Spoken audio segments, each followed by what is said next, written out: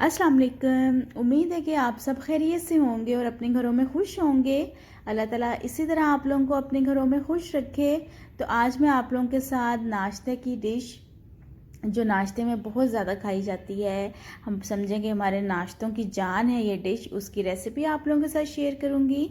तो जी आज मैं आप लोगों के साथ मटन पाई की रेसिपी शेयर करूँगी। तो आप लोगों ने क्या करना है, आप लोग सबसे पहले मेरे चैनल को सब्सक्राइब कर दें और बेल आइकन के बटन को प्रेस कर दें ताकि मेरी हर नई आने वाली वीडियो का नोटिफिकेशन आपको मिल सके। और जो लोग मेरे चैनल पर नए हैं उनको वेलकम टू माय चैनल। तो चलें जी रेसिपी की तरफ चलते हैं। बिस्मिल्लाहिर्रहमानिर्रहीम। तो यहाँ पे मैंने 8 मटन पाए लिए हैं और इनको मैंने आटा लगा के अच्छे तरह से वॉश कर लिया था ताकि अगर कोई बाल वगैरह इस पर रह गया है तो वो भी उतर जाए। और इनको मैं दरमियान से कट करके 2 पीस नहीं करूँगी क्योंकि ये साइज़ में बहुत बड़े नहीं हैं। आप लोग चाहें तो इसके 2 पीस भी कर सकते हैं। और यहाँ पे मैंने टमाटर लिए हैं, टमाटर 2 मीडियम साइज़ के यहाँ पे मैंने यूज़ किए हैं। और जो प्याज है, प्याज मैंने 4 ली थे, यहाँ पे 4 प्याज लेके उनको मैंने बहुत बारीक कट नहीं किया क्योंकि टमाटर और प्याज इन दोनों चीज़ों को मैं ब्लेंडर में डाल के अच्छा सा इनका पेस्ट बना लूँगी। लहसुन अदरक का पेस्ट है, ये 2 टेबल स्पून है। और सब्ज़ मिर्च है, ये 4 से 5 ली है मैंने। और यहाँ पे कुछ मसाला जात हैं। हल्दी मैंने ली है 1 टीस्पून और नमक मैंने लिया है 1 टेबल स्पून और सुर्ख मिर्च मैंने ली है 1 टेबल स्पून। और ये सारे मसाले जो हैं आप लोग अपने हिसाब से कम ज़्यादा कर सकते हैं। ज़ीरा पाउडर 1 टेबल स्पून है, गरम मसाला पिसा हुआ 1 टेबल स्पून है और खुश्क धनिया पाउडर 1 टेबल स्पून है।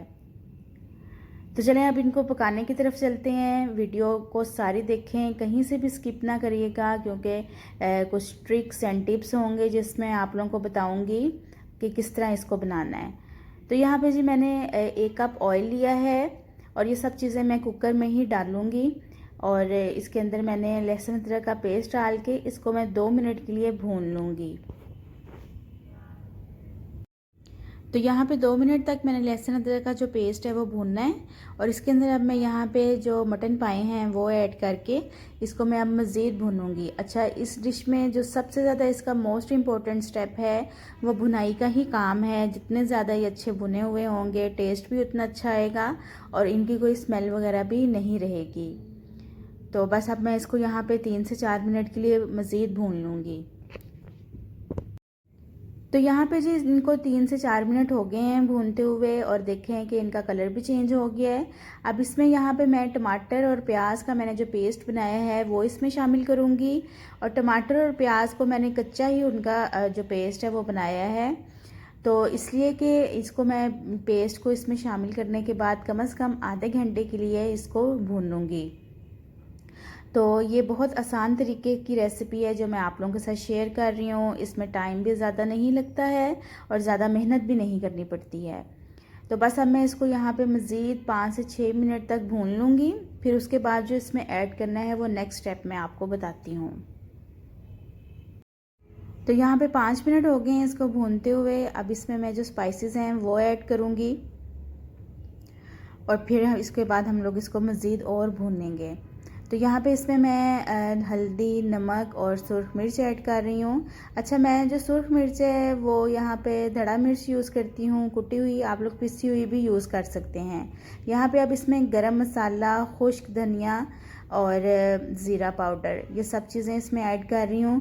और अच्छा, अब यहाँ पे मैंने ये अब सारी चीज़ें इसमें ऐड कर दी हैं। अब इसको मैं मज़ीद 15 मिनट के लिए तो भूनती जाऊँगी। इसी तरह अगर आप लोगों को लगे कि अब मसाला थोड़ा कम हो रहा है या इसका नीचे लगने के चांसेस हैं तो आप लोग थोड़ा थोड़ा पानी डाल के इसको भून सकते हैं। तो जी यहाँ पे इसको भूनते हुए 15 मिनट हो गए हैं। आप देख सकते हैं कि जो मसाला है वो भी अच्छी तरह पक गया है और जो पाए हैं उनका कलर भी चेंज हो गया है और ऑयल भी ऊपर आ गया है। अब मैं यहाँ पे इसमें 2 टेबल स्पून जो है वो दही के ऐड कर दूँगी और यहाँ पे भी मैं अच्छे से इसको भून लूँगी। और इसके बाद बस इसको मैं थोड़ा सा भूनने के बाद इसको मैं प्रेशर पे लगा दूँगी। तो जो लोग मेरे चैनल पर नए हैं, जो फर्स्ट टाइम मेरी वीडियोस वॉच कर रहे हैं, वो मेरे चैनल को सब्सक्राइब कर दें और बेल आइकन के बटन को प्रेस कर दें। तो ये देखें जी, दही डालने के बाद मैंने इसको मज़ीद भून लिया था और अब यहाँ पे मैं इसमें सब्ज़ मिर्चें ऐड कर रही हूँ। और इसके बाद मैं आप लोगों को बस बताऊँगी कि इसमें पानी डाल के इसको फाइनल इसको कितने टाइम के लिए प्रेशर देना है। तो वीडियो सारी देखा करें, कहीं से भी स्किप ना किया करें, क्योंकि कुछ टिप्स एंड ट्रिक्स ऐसे इसमें होते हैं कि फिर आप लोग वीडियो जब स्किप करते हैं तो वो चीज़ें आप लोगों को नहीं पता चलती हैं। मटन पाई में जो मैं पानी यहाँ पे ऐड करूँगी वो पानी मैं बॉइल्ड यहाँ पे यूज़ करूँगी, नॉर्मल या ठंडा पानी मैं यूज़ नहीं कर रही। तो मैं यहाँ पे 5 ग्लास इसमें बॉइल्ड पानी के जो उबलता हुआ पानी है वो इसमें डाल रही हूँ। एक तो इसका ये फ़ायदा होगा कि इससे जो हमारा टेस्ट है सालन का वो बहुत ज़्यादा अच्छा हो जाता है, और दूसरा ये कि हमें प्रेशर की जो विसल होती है उसके लिए बहुत ज़्यादा वेट नहीं करना पड़ता, वो फ़ौरन से ही स्टार्ट हो जाती है।